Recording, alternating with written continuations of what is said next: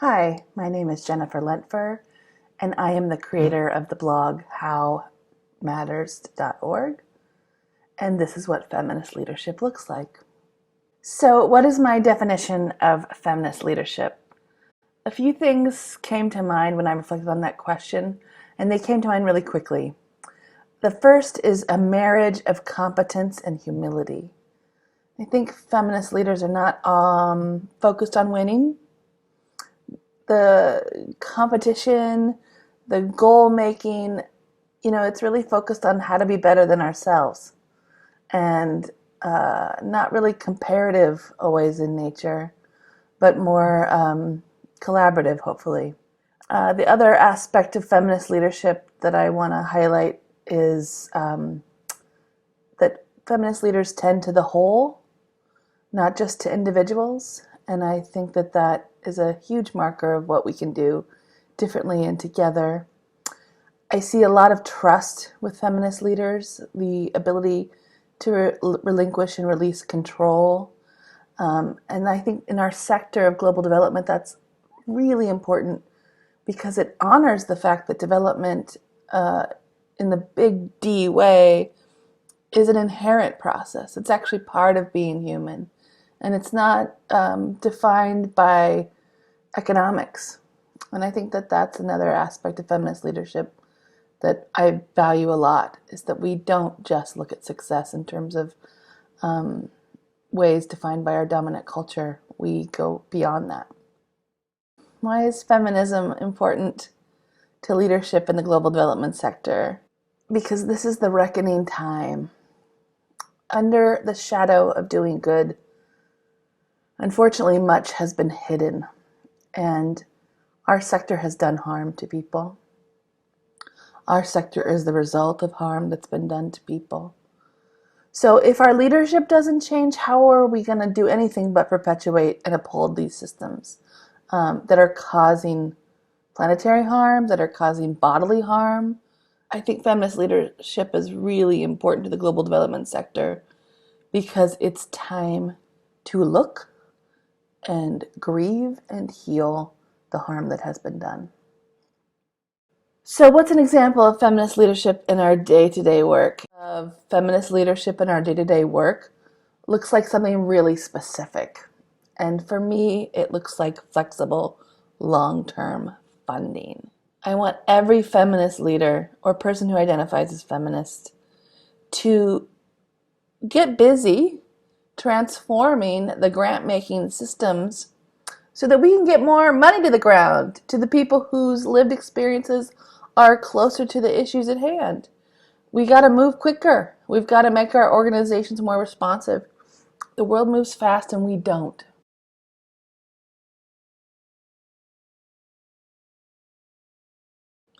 Now, what are some of the challenges to making that possible? And it really boils down to a reluctance to relinquish power and control. I'm often reminded that people don't give power up by choice very often.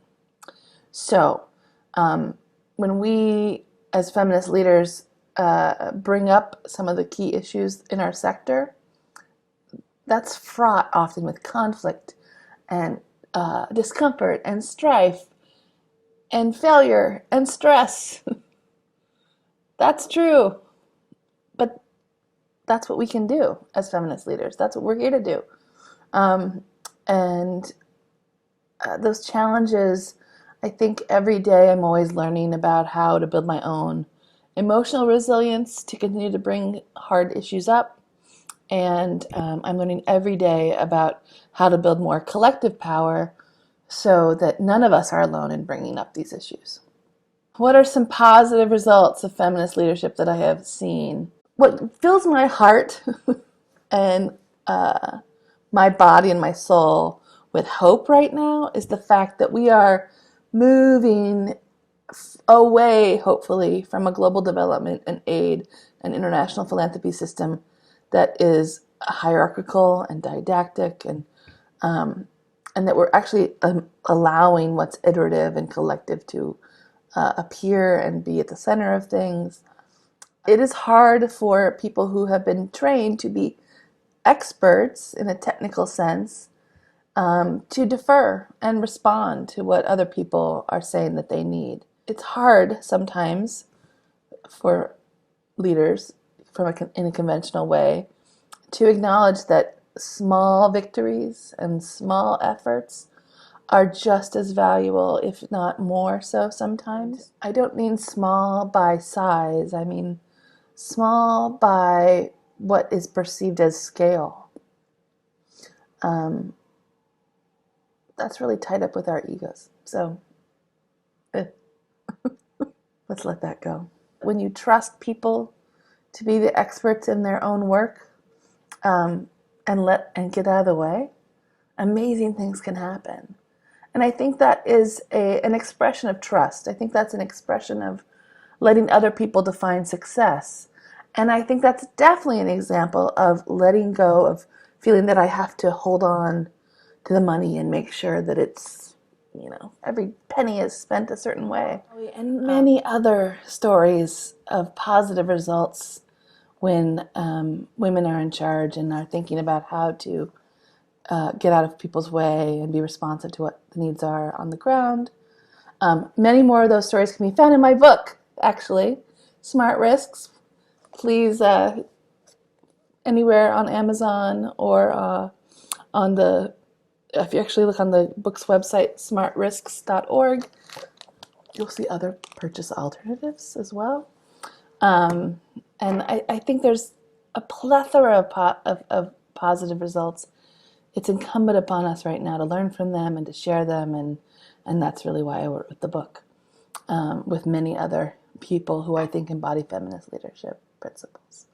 Okay, lessons learned.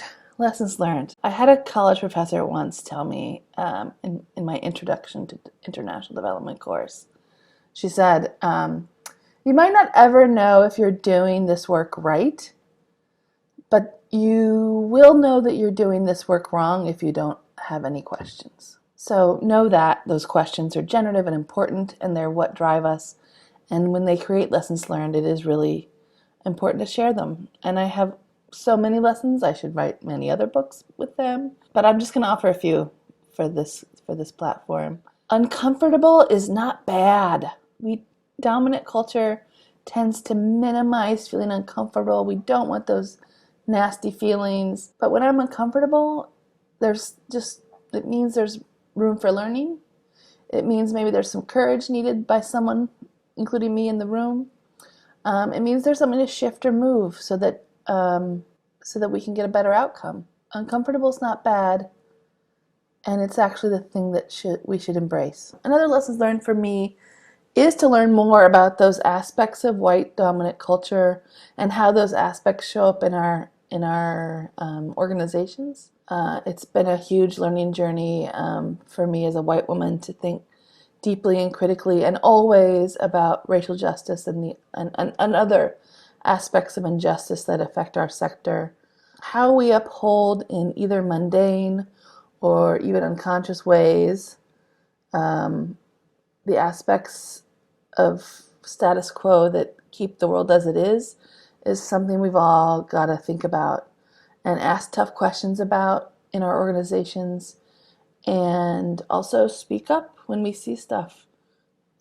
And the last lesson I've learned about feminist leadership, that is a lesson I have to keep learning because our zoom, rush, everyone's busy life and organizational lives is really heavy sometimes. And feminist leadership necessarily takes more time. We are more consultative. We are more inclusive. And we recognize and have to keep recognizing that urgency is a construct of the status quo to keep things as they are. I'll leave you all with that. Let's slow down. Let's take a pause. Let's honor everyone's lived experience around the table. Let's open up the table. That's what feminist leadership is all about.